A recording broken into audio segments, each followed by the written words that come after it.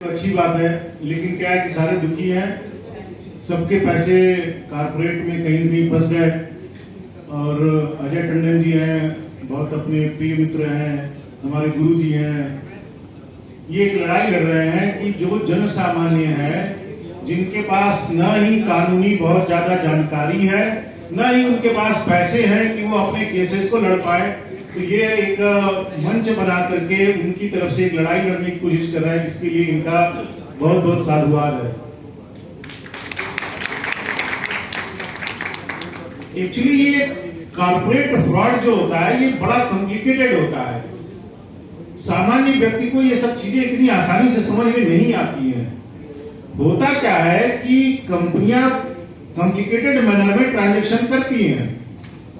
अब क्या है कि एबीसी बिल्डकॉन प्राइवेट लिमिटेड की प्रॉपर्टी दिखा के एबीसी बिल्डवेल का सर्टिफिकेट आपको डिपॉजिट के नाम पर दे दिया जाता है। आपको तो पता ही नहीं चला कि आपको जो प्रॉपर्टी दिखाई गई वो दूसरी कंपनी की थी, ग्रुप की ही है, लेकिन दूसरी कंपनी की ये प्रॉपर्टी है। आपको लगा बहुत बड़ी जमीन है भाई, चलो यहाँ पर पैसे लगाने से ये बिल्डिंग बनाएंगे, बेचेंगे तो भाई प्रॉफिट होगा, तो हमें भी कुछ मिल जाएगा। लेकिन वो प्रॉपर्टी किसी और कंपनी की है, आपने पैसा कहीं और लगा दिया, और जिस कंपनी में आपने पैसा लगाया उन लोगों ने पैसे को इधर उधर कर दिया। अब जिस कंपनी में आपने पैसा लगाया उस कंपनी के पास कुछ बचा ही नहीं, उसके पास कोई प्रॉपर्टी नहीं है। तो इस तरह से ट्रांजैक्शन को बनाया जाता है कि कोई अगर क्लेम करने के लिए आ गया तो उसको कुछ मिलना बड़ा मुश्किल होता है। उसके लिए कारपोरेट में एक प्रिंसिपल है, सिद्धांत है, जिसको लिफ्टिंग द कारपोरेट व्हील कहा जाता है, कि उस आवरण को हटाया जाता है कि इस कंपनी के पीछे एक्चुअल में है कौन, उसको देखने के लिए जरूरत पड़ती है।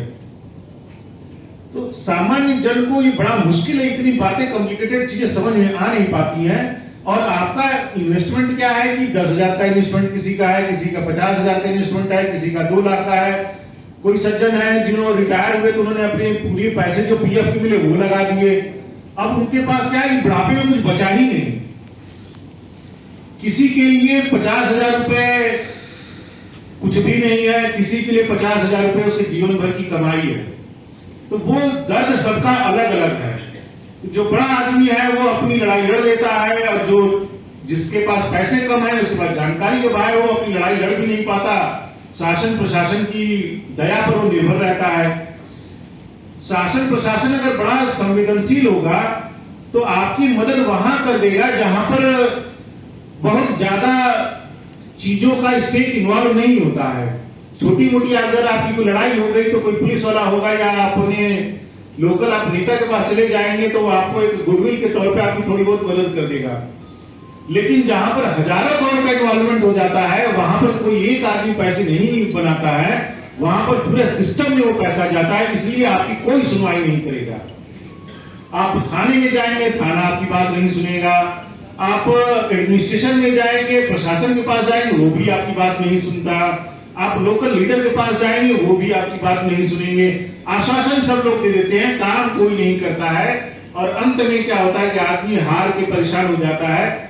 सबकी अपनी अपनी वित्तीय जिम्मेदारियां हैं, सबकी अपनी अपनी वित्तीय क्षमताएं हैं, और वो आदमी उस पर टूट जाता है। ये बड़ी लंबी लड़ाई होती है। हिंदुस्तान में कानून बहुत धीमी गति से चलता है। कोई भी चीज आप ये बिल्कुल मत मानकर चलिए कि आपने आज कोर्ट में केस फाइल किया और कल उसका निर्णय होने वाला है। ऐसा होता नहीं है। हिंदुस्तान में नियम कानून इस टाइप से बनाए जाते हैं कि अमीर उस कानून का अपने फायदे के लिए इस्तेमाल करता है, और गरीब आदमी को उसका अत्याचार उसके ऊपर किया जाए। अगर आपके 5,000 रुपए लेके आपको 5 साल तक भटका के वो 5,000 रुपए आपको वापस किए जाए, अगर वो ऐसी बड़ी सुखद स्थिति बन गई तो भी 5 साल में आप तो लट्टू की तरह घूम जाएंगे, और वो बंदा 5,000 रुपए लेकर आपको बैठा हुआ है। इसको एक एग्जाम्पल के तौर पर बस समझिए। कहानी कुल मिलाकर यही है कि गरीब आदमी के लिए बड़ा ही मुश्किल है एक व्यवस्था से लड़ना। अजय टंडन जी एडवोकेट हैं, इनका अच्छा दिल है, ये कोशिश करते हैं कि किसी का कुछ भला हो जाए।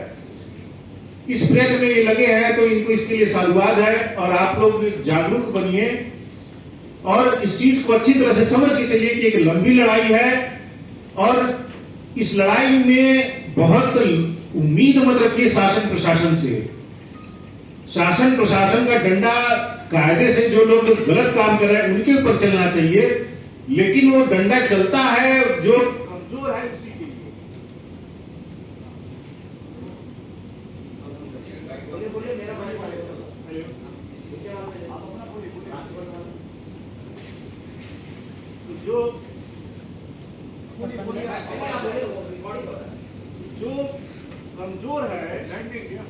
जो कमजोर है उसकी लड़ाई हमेशा बहुत कठिन है और लड़ाई ये बहुत लंबी है। तो आप इस चीज को मानकर चलिएगा कि आप लोग लंबी लड़ाई लड़नी है, आपको संयम रखना पड़ेगा, धैर्य रखना पड़ेगा आपको, और आपको विश्वास रखना पड़ेगा। देखिए हिंदुस्तान में एक चीज एटलीस्ट अच्छी जरूर है कि यहाँ पर कानून की मार थोड़ी देर से होती है लेकिन होती जरूर है, तो उस पर आप भरोसा रखिए। और अजय टंडन जी आपकी तरफ से लड़ाई लड़ने की कोशिश कर रहे हैं, इसके लिए इनका साधुवाद है। और सर मेरी आपसे विनती है कि आप इस केस को अच्छे ढंग से लेकर चलिए जैसा आप हमेशा करते रहते हैं।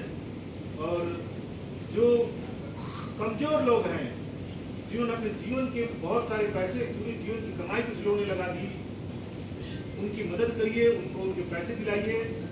और ये एक परोपकार का काम है जो आप करेंगे, ये लोग आपको हमेशा याद रखेंगे। और बहुत बहुत शुभकामनाएं हैं कि आप लोग इस लड़ाई को लड़ने